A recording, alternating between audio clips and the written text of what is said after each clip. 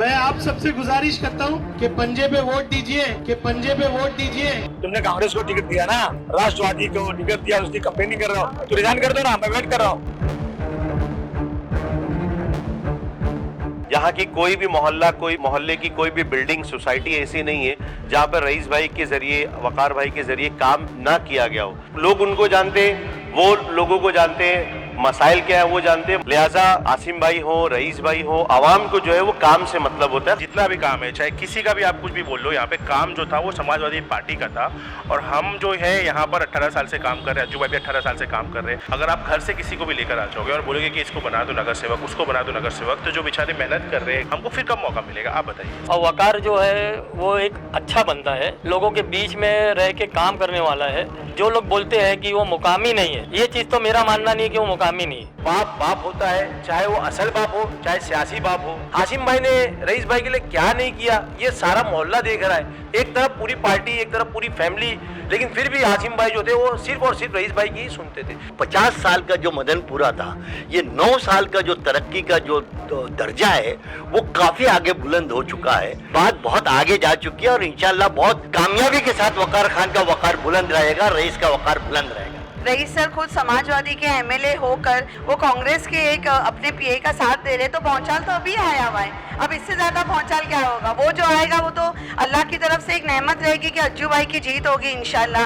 Ward number 211 में मदनपुरे में जो पानी बरसने की समस्या है, आप बारिश के वक्त आके देखोगे ना कि कागज़ प्लास्टिक पानी में कैसा बहती है, यहाँ पे बाइकें वैसा बहती है। कोई नगर सेवक ये मुद्दा उठाने को तैयार नहीं है। हमारी तो ये सबसे बड़ी समस्या है कि यहाँ की पार्किंग, बिल्डरों ने पार्किंग उठा के, अब जितनी भी बिल्डिंग है यहाँ पर, यहाँ से लेके वहाँ तक चले जाइए, सब बिल्डिंग पार्किंग जो है पोडियम भाड़े पे दे दिए। ये आवाम को पैगाम देना चाहता हूँ कि 15 तारीख को अपने इलाके के लिए बेहतरीन नुमाइंदे का इंतखाब करें। जंग का ऐलान पहले ही हो चुका था, अब अंजाम की उल्टी गिनती शुरू हो गई है। आदाब, नमस्कार, वसीम अख्तर और आप देख रहे हैं the leader Hindi. Samajwadi party के दो बड़ों के बीच ठनी पहले से हुई थी, लेकिन जैसे ही मुंबई महानगर पालिका यानी बीएमसी के चुनाव का ऐलान हुआ, दोनों की लड़ाई सड़कों पर दिखाई देने लगी। हम बात कर रहे हैं समाजवादी पार्टी के महाराष्ट्र अध्यक्ष अबू आसिम आजमी और विधायक रईस शेख की। दोनों के बीच तनातनी का माहौल था, लेकिन जैसे ही चुनाव का ऐलान हुआ, टिकटों को लेकर ये लड़ाई सार्वजनिक हो गई। रईस शेख के खास वकार खान को टिकट नहीं मिला तो उन्होंने उनको कांग्रेस से टिकट दिला दिया है। इसके जवाब में अबू आसिम आजमी ने रईस शेख से इस्तीफा मांग लिया, लेकिन इस्तीफा देने के बजाय रईस शेख मैदान में डट गए अपने उम्मीदवार वकार खान को जिताने के लिए। वो समाजवादी पार्टी में रहते हुए कांग्रेस के लिए वोट मांग रहे हैं। इसका वीडियो भी सामने आ चुका है। इसके जवाब में अबू आसिम आजमी ने भी पूरी ताकत झोंक दी है। अबू आसिम आजमी एजाज अहमद अज्जू को लड़ा रहे हैं, दूसरी तरफ रईस शेख के कैंडिडेट वकार खान हैं। ऊपर से लेकर नीचे तक समाजवादी पार्टी बंटवारे की राह पर है। ये मामला अखिलेश यादव तक भी पहुंचा था, लेकिन उन्होंने इसमें दखल नहीं दिया है और ये लड़ाई अब सड़कों पर दिखाई दे रही है। हमने आपको पहले दिखाया था कि किस तरह से अबू आसिम आजमी और रईस शेख एक दूसरे पर आक्रामक हैं। अब हम आपको वार्ड 211 मदनपुरा में समाजवादी पार्टी और कांग्रेस के दफ्तर लिए चलते हैं, दिखाते हैं कि वहाँ किस तरह का माहौल है। हमसे बातचीत में लोगों ने किस तरह से एक दूसरे पर हमला किया है। हम 211 के अंदर कांग्रेस दफ्तर के अंदर खड़े हैं। जिस तरीके से अबू आसिम आजमी और रईस शेख की लड़ाई जो है इस वार्ड में देखने को नजर आ रही है, क्या लग रहा है आप लोगों को, आपके साथ कौन है? देखिए, सबसे पहली बात ये कि जो आवाम है, जो लोग हैं, वो किसी भी नेता को जब चुनते हैं तो मेन इंतखाब का जो मौजू होता है कि एरिया में, इलाके में काम हो।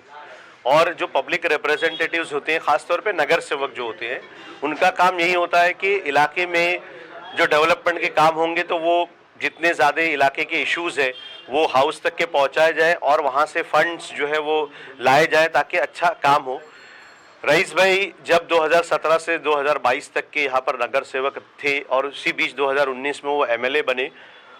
ये पूरा जो टर्म और उसके बाद से 22 के बाद से मार्च 2022 से हमारे पास काउंसलर नहीं है। ये 2026 तक का जो पूरा 8-9 साल का सफ़र रहा है रईस भाई का, उनके ऑफिस का, उनके लोगों के, उनकी टीम का काम, वो बहुत ज़्यादा ज़मीनी सतह का है। यहाँ की कोई भी मोहल्ला, कोई मोहल्ले की कोई भी बिल्डिंग, सोसाइटी ऐसी नहीं है जहाँ पर रईस भाई के ज़रिए, वकार भाई के ज़रिए काम ना किया गया हो। यहाँ के चप्पे चप्पे से वकार भाई, फरदीन भाई और उनकी पूरी टीम, रईस भाई की पूरी टीम, वो वाकिफ़ है। लोग उनको जानते हैं, वो लोगों को जानते हैं, मसाइल क्या है वो जानते हैं, मसाइल का हल क्या है। वो लगातार 8-9 साल से ये काम कर रहे हैं। लिहाजा आसिम भाई हो, रईस भाई हो, आवाम को जो है वो काम से मतलब होता है, खासतौर पे नगर सेवक की जो बात है। लिहाजा आवाम ने ही ये सोचा कि चूंकि काम बहुत अच्छे से चल रहा है तो उसको डिस्टर्ब ना किया जाए और उन्हीं की रहबरी, दोनों की रहबरी और सरपरस्ती में ये काम चलता रहा। और यही बात हम लोगों ने कई मरतबा आसिम भाई से भी कही थी, रिक्वेस्ट किया था कि आप दोनों सरपरस्त हैं, उनमें आप कायद है, लिहाजा आप ही दोनों मिलकर एक ऐसे कैंडिडेट को यहाँ पे खड़ा करें जिन पे आप दोनों की सहमति हो। बहरहाल कुछ मसाइल होंगे और कुछ मसले मसाइल के बाद में आवाम ने ही फिर बाद में ये फैसला किया कि भाई यहाँ से वकार को ही लड़ाना चाहिए, लिहाजा कांग्रेस की सीट पर उनको टिकट मिली और वो मैदान में है और आवाम पूरी उनके साथ में है। दोनों की लड़ाई के अंदर वर्चस्व की लड़ाई कौन जीतेगा? नहीं, इंशाल्लाह हम जीतेंगे और बहुत अच्छी तादाद में जीतेंगे। इसके लिए कि हमारा ये जो काम जो गिनाया जा रहा है ना, वो काम समाजवादी पार्टी का काम था, ठीक है ना। ये जितना भी काम है, चाहे किसी का भी आप कुछ भी बोल लो, यहाँ पे काम जो था वो समाजवादी पार्टी का था। और हम जो है यहाँ पर 18 साल से काम कर रहे हैं, अज्जू भाई भी 18 साल से काम कर रहे हैं, हम लोग भी यहाँ पे सब लगे हुए हैं। लोकल जो है अगर अच्छा काम कर रहा है, अगर वो ईमानदार है, वो करप्ट नहीं है, वो हर एतबार से उस लेवल का है कि सक्षम है कि वो काम कर सकता है अच्छा है, तो क्यों नहीं मिलना चाहिए मौका? अगर हमको नहीं मौका मिलेगा, अब नहीं मिलेगा तो कब मिलेगा? अगर आप घर से किसी को भी लेकर आ जाओगे और बोलोगे कि इसको बना दो नगर सेवक, उसको बना दो नगर सेवक, तो जो बेचारे मेहनत कर रहे हैं, गदाला आपा है, शबनम आपा है, मैं हूँ, सलीम भाई है, या जो भी है, अज्जू भाई है, हमको फिर कब मौका मिलेगा? आप बताइए। समाजवादी के आमदार, कांग्रेस के दफ्तर में उनका फोटो, किस तरीके से देखते हैं कि क्या ये वर्चस्व की लड़ाई हो चुकी है अबू हाशिम आज़मी और रईस शेख की? ऐसी कुछ बात नहीं है, कोई लड़ाई और झगड़े वाली बात नहीं है वो दोनों के आपस में। रईस भाई का ऐसा है कि रईस भाई ने जहाँ पर मेहनत किया, वार्ड नंबर 211 में, हमारा 211 में आपको पहले ये चीज़ बता दूँ कि हमारी कांग्रेस पार्टी का 15 साल यहाँ पर नगर सेवक रहा है, लेकिन आज तक के हमारी पार्टी का कोई भी नगर सेवक जो है 15 साल राज करने के बाद भी हमारे 211, हमारा वार्ड जो है 26 नंबर था, 206 था, 211 हुआ, आज तक के उसने अंदर कुछ बदलाव लाया नहीं। और रईस शेख के मतलब है ना, यहाँ पर 2017 में चुनाव लड़के जीत के आने के बाद में काफ़ी डेवलपमेंट हुआ। वो नगर सेवक रहे या नहीं रहे, 2017 से 2019 तक के मतलब वो नगर सेवक थे, 2019 में वो भिवंडी से एमएलए बने, लेकिन फिर भी उनके काम के अंदर मतलब कोई रुकावट पेश नहीं आई आज तक के। और वकार जो है वो एक अच्छा बंदा है, लोगों के बीच में रह के काम करने वाला है। जो लोग बोलते हैं कि वो मुकामी नहीं है, ये चीज़ तो मेरा मानना नहीं है कि वो मुकामी नहीं है, क्योंकि 9 साल से जो हमारे मदनपुरा के अंदर हमारे लोग की जो मदद कर रहा है, हमारे लोग के घरों के अंदर घुस के काम कर रहा है, तो वो इंसान को मैं ये नहीं मानूंगा कि वो मुकामी नहीं है। एक ही पार्टी के दोनों ही आमदार, एक समाजवादी के लिए वोट मांग रहा है, एक कांग्रेस के लिए वोट मांग रहा है, क्या लगता है इन दोनों की लड़ाई में जीत किसकी होगी? सबसे पहले मैं ये बात करूंगा अमजद भाई कि ये लड़ाई जो है हमारे मोहल्ले की लड़ाई है, पार्टी की लड़ाई बाद में है। सबसे पहले रईस भाई ने अपने भाई का फॉर्म भरा था, टिकट की मांग की थी अबू हाशिम आज़मी साहब से। वो पहले ही रईस भाई के ही साथ के लोगों ने कहा कि भाई ये जो आपने अपने भाई को लाए हैं अचानक से, इनकी उम्र बहुत ज़्यादा है, ये नहीं चलेंगे। उनके साथ के लोगों ने कहने लगे तो उन्होंने विड्रॉ कर लिया और आसिम भाई को मैसेज भी किया, भाई मैंने विड्रॉ कर लिया। और उसके बाद में अचानक से जो टिकट शमीम पम्मी के लिए थी कांग्रेस की, वो अचानक से उस टिकट पे अपने पीए को ले आए, पहली चीज़। दूसरी चीज़ मैं ये कहूँगा कि बाप बाप होता है, चाहे वो असल बाप हो चाहे सियासी बाप हो। हाशिम भाई ने रईस भाई के लिए क्या नहीं किया ये सारा मोहल्ला देख रहा है, सारी पार्टियों को मालूम है कि एक तरफ पूरी पार्टी, एक तरफ पूरी फैमिली, लेकिन फिर भी हाशिम भाई जो थे वो सिर्फ और सिर्फ रईस भाई की ही सुनते थे। रईस भाई को लेके चले, यहाँ भी लाए, यहाँ से पहले गोवंडी ले गए, गोवंडी से यहाँ लाए, यहाँ से मदनपुरा, कितनी हेल्प की उन्होंने।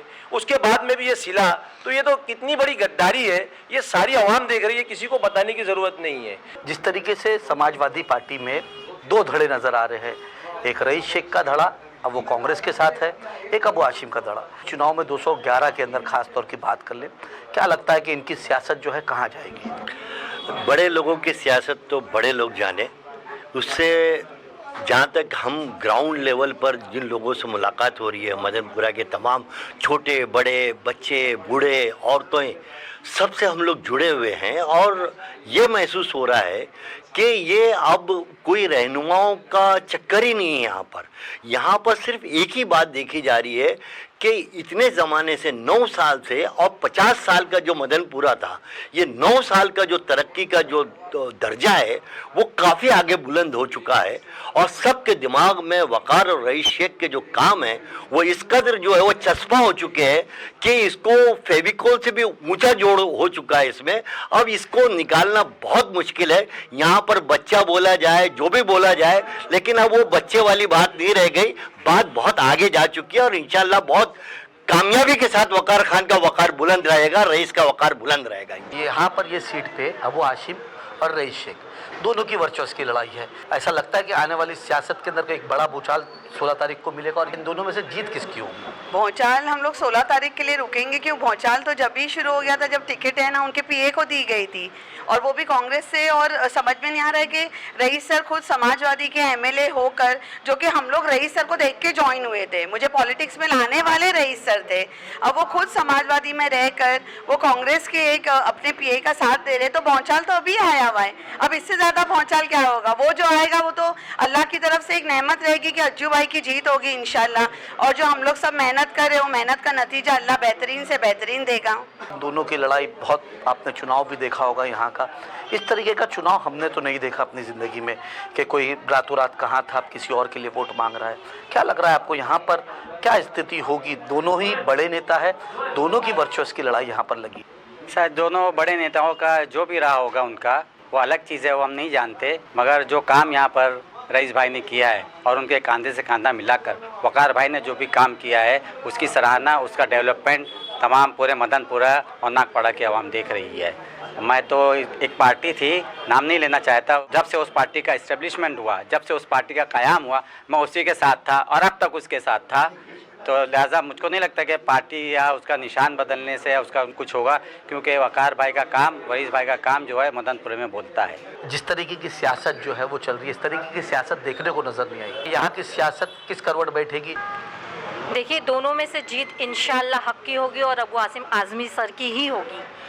एक बंदे को जिसको अबू हाशिम सर ने लाए, बनाए, और अबू हाशिम सर का तो एक ये इतिहास रहा है कि उन्होंने बड़े बड़े नेता बनाए हैं। देखो, एक हीरा तराशने वाला होता है ना, जो जौहरी, वो है अबू हाशिम आज़मी सर। तो उन्होंने कई हीरे तराशे और आगे भी इंशाल्लाह वो तराशेंगे और उनका ही हीरा मदनपुरा में इंशाल्लाह चमकेगा। ऐसा क्यों लगता है आपको कि उनका हीरा तराशेगा? क्योंकि रईस शेख भी एक पहचान रखते हैं, एक बड़े लीडर पार्टी के अंदर उभरते हुए आए। अब क्या लगता है कि एक ऐसा नहीं हो जाएगा कि एक वन मैन शो वाली पार्टी हो जाएगी कि पार्टी के अंदर वहाँ सुनी नहीं जाती दूसरे नेताओं की? जैसे बड़े नेता अबू हाशिम है, उसके बाद सेकंड कैडर जो आता है रईस शेख का आता है, तो रईस शेख भी कहेंगे कि हमारी बात पार्टी में बात सुनी नहीं जाती। नहीं, ऐसा नहीं है भाई कि रईस शेख की बात नहीं सुनी जाती होगी। मैं तो एक आम कार्यकर्ता, जब मेरी बात सुनी जाती है तो मैं ये कैसे मान लूँ कि रईस शेख की बात नहीं सुनी जाती है?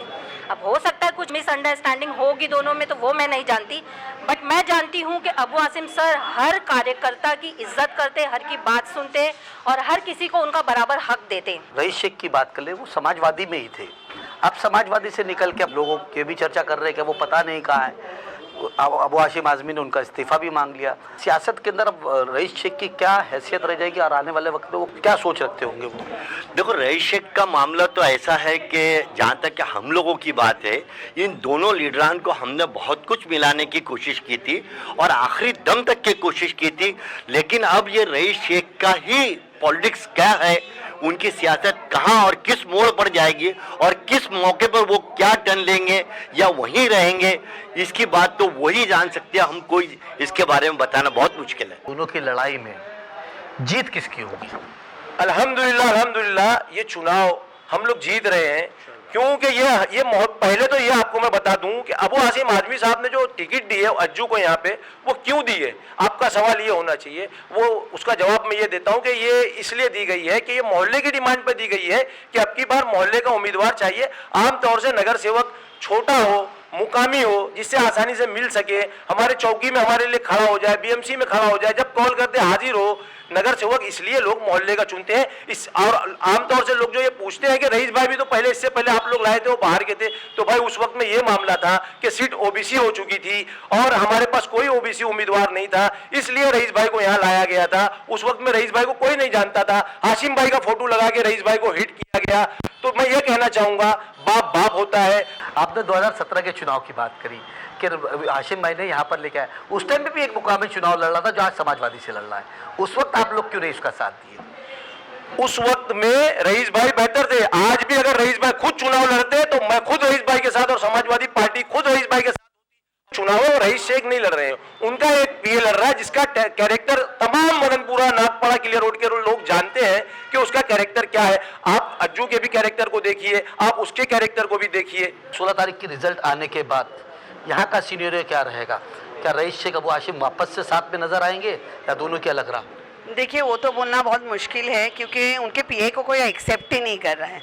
तो यहाँ बात है ना रईस सर की नहीं आती है, यहाँ हाशिम भाई की, क्योंकि उनका कैंडिडेट तो उनका ही चुनाव है ना, तो उनके खिलाफ कौन जा सकता है। लेकिन हाँ, रईस सर ने अपने पीए को कांग्रेस से टिकट दिलाए तो वो बात थोड़ी हलचल मचाने वाली है और लोगों को फिर थोड़ी नाराजगी भी होगी क्योंकि वो खुद चाहते हैं। आप गली गली मोहल्ले मोहल्ले की रैली का अगर वीडियो देखेंगे तो आप देखिए कैसी तादाद में लोग आए हैं खाली, और बोले पेड वर्कर, पेड कोई नहीं होता है भाई। अगर आपकी रैली में पेड नहीं है तो हमारी रैली में भी पेड नहीं है। कुछ लोग हैं एरिया के, मैं साफ साफ बोलूंगी, जैसे के रोड पढ़े लिखे लोगों के दो मुँहे लोग हैं जिनको इधर की भी बात लगती है उधर की भी बात लगती है, लेकिन वो जब अंदर जाएंगे ना तब सही तरीके से मालूम पड़ेगा कि वो वोट किसको दे रहे। अब शायद वो पैसे बटोरने में लगे हैं कि हमको दोनों पार्टी से पैसे मिल रहे हैं तो हम वकार खान की भी वाहवाही करेंगे, हम अज्जू खान के लिए भी करेंगे। लेकिन ज़्यादातर मैंने देखी हूँ कि यहाँ पर लोग बायस्ड हो गए हैं। मैं सिर्फ ये बोलना चाहूंगी कि जब एक बेटा अपने बाप के नक्शे कदम पे नहीं चलता है तो एक पीए अपने एक एमएलए के नक्शे कदम पे कैसे चलेगा। समाजवादी पार्टी और कांग्रेस उम्मीदवारों के चुनाव कार्यालय का हाल देखा। अब हम आपको सुनवाते हैं कि पब्लिक इस मामले को लेकर क्या सोच रही है, उसके बीच किस तरह की समस्याएं हैं और वोट किन मुद्दों पर देने की तैयारी कर रही है। सबसे बड़ा मसला ये है अमजद भाई कि हमारे इलाके में आज भी कोई रजिस्टर बाज़ार नहीं है। हमारे इलाके की या हमारे घर की औरतें जब बाज़ार लेने जाती हैं तो आपको भाजी लेना है, टमाटर लेना है, कांदे लेना है तो 2 से 3 बार उन्हें सफ़र करना पड़ता है क्योंकि सुबह ना बीएमसी आती है, गाड़ियाँ उठा लेती है। ये भी बहुत बड़ा मुद्दा है, बहुत बड़ा मुद्दा है। ये सारे मसाइल जो रोज़मर्रा के हैं, एजुकेशन का है, फ़ीस का है, नशा का मामला है, ये बहुत बड़ा मुद्दा है। ये इस्लाही ज़रूरत है इस इलाके की। तो इसलिए मैं आपके चैनल के ज़रिया ये आवाम को पैगाम देना चाहता हूँ कि 15 तारीख को अपने इलाके के लिए बेहतरीन नुमाइंदे का इंतखाब करें। जो हाफिज़ साहब बताए हैं यही सब लोकल मुद्दे हैं जिसकी वजह से आम आदमी जो है परेशान है थोड़ा। इस पर लोग तवज्जो दें, इस पर ध्यान दें तो फिर लोगों का जब मसला हल होगा तो जाहिर सी बात है कि उसके यानी काम बनेंगे। लोकल मुद्दा यहाँ का सबसे बड़ा एक तो पार्किंग का है, फुटपाथ का है, जो इलीगल यहाँ पे स्टॉल लगे हुए हैं उनका मुद्दा है। अगर इन सब पे ये सब मसले अगर हल होते हैं तो आवाम के लिए बहुत फ़ायदा होगा। वार्ड नंबर 211 में मदनपुरे में जो पानी बरसने की समस्या है, नगर सेवक लोग बोलते हैं हमने काम कहा है ताकि पानी नहीं बहे। हर बारिश में सबसे पहले बॉम्बे में यहीं पे पानी भरता है, घुटनों तक के पानी भर जाता है। समझो बाइक जाने आने में आप बारिश के वक्त आके देखोगे ना कि कागज़ प्लास्टिक पानी में कैसा बहती है, यहाँ पे बाइकें वैसा बहती है। फिर अपना पार्किंग की इतनी समस्या है, जैसे यहाँ पे एम्बुलेंस, ये गली जो है अपना साकली स्ट्रीट, मदनपुरा, ये सब गलियाँ जो है यहाँ पे एम्बुलेंस जाने आने की इतनी तकलीफ़ें हैं। फायर ब्रिगेड नहीं जा सकती, एम्बुलेंस नहीं जा सकती। अगर कुछ हादसा हो जाता है तो वहाँ पे कम से कम 2 घंटा तक के पकड़ के चलो एम्बुलेंस घर तक के पहुँचने के लिए, लेकिन कोई आवाज़ उठाने को तैयार नहीं, कोई नगर सेवक ये चीज़ को, ये मुद्दा उठाने को तैयार नहीं है। अभी तो हम इतने परेशान हो गए, अभी हम ऐसा कोई नगर सेवक चाहते जो एफिडेविट पे लिख के देवे कि भाई 5 साल में मैं ये काम करूँगा और नहीं कर पाया तो अपना रेजिग्नेशन दे दूँगा।